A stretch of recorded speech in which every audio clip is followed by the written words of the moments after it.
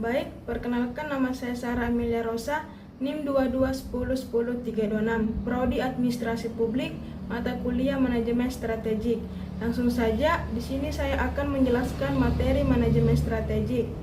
Pengertian manajemen strategik. Manajemen strategik adalah suatu cara untuk mengendalikan organisasi secara efektif dan efisien sampai kepada implementasi garis terdepan sedemikian rupa sehingga tujuan dan sasarannya tercapai. Sasaran manajemen strategik adalah meningkatkan yang pertama kualitas organisasi, yang kedua efisiensi penganggaran, ketiga optimalisasi sumber daya, keempat kualitas evaluasi program dan pemantauan kinerja, 5 kualitas pelaporan. Tujuan manajemen strategik. Yang pertama, untuk memenuhi kewajiban atau peran yang diamanahkan, dimandatkan. Yang kedua, untuk melegitimasi atau menjustifikasi. Ketiga, untuk meningkatkan kualitas pelayanan publik dan memperkuat dampak dari peningkatan pelayanan kepada publik. Manfaat manajemen strategik.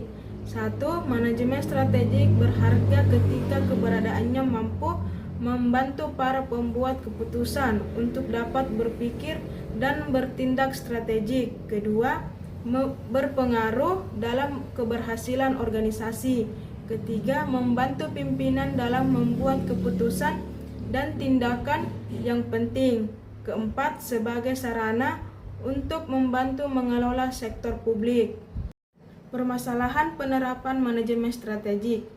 Yang pertama, politik kontrol, mengurangi rasionalitas dan objektivitas. Kedua, penentuan tujuan dan sasaran karena begitu kompleks dan luasnya politik, perencanaan, keuangan, pemberian servis, sistem informasi. Ketiga, pengaturan kinerja. Kinerja sektor publik adalah subjek penilaian masyarakat, kepentingan politik dan kelompok. Keempat, keakuratan data dan informasi. Manajemen strategis menurut Pearce dan Robinson, yaitu didefinisikan satu set keputusan dan tindakan yang menghasilkan formulasi dan implementasi rencana yang dirancang untuk meraih tujuan perusahaan. Manajemen strategis adalah proses perencanaan, implementasi, dan pengendalian satu strategis organisasi dan juga menentukan misi dan tujuan perusahaan atau organisasi yang berkaitan dengan lingkungan eksternalnya. Proses manajemen strategis. Ada 8 langkah dalam proses manajemen strategis. Yang pertama, identifikasi misi dan sasaran organisasi. Kedua, analisa lingkungan luar. 3. Identifikasi peluang dan ancaman. Keempat, analisa lingkungan internal atau sumber daya organisasi. 5. Identifikasi kekuatan dan kelemahan. Keenam, merumuskan strategi. 7. Melaksanakan strategi. 8.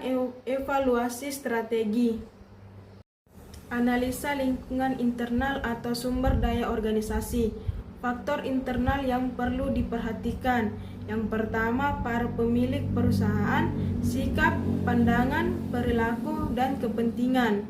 Kedua, para direksi dan dewan, komisaris, sikap, pandangan, perilaku, kepentingan. 3. Para karyawan, sikap, pandangan, perilaku, kepentingan. Apa itu sektor publik?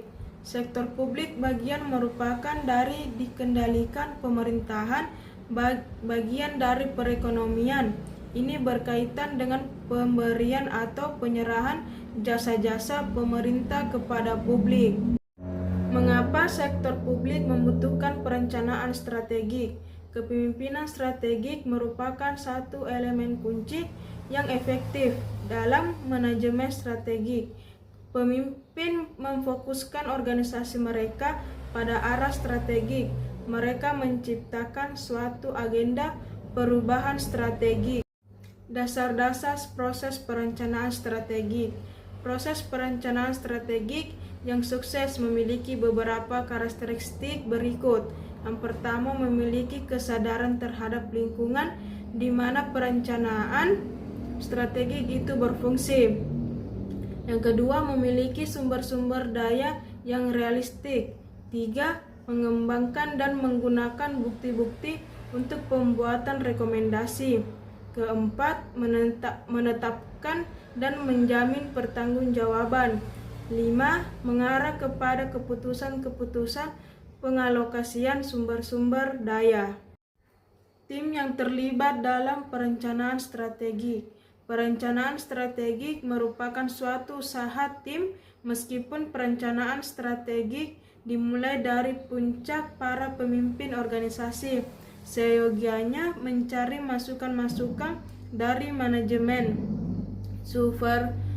supervisor, dan karyawan yang mengetahui pelayanan dan pelanggan terbaik.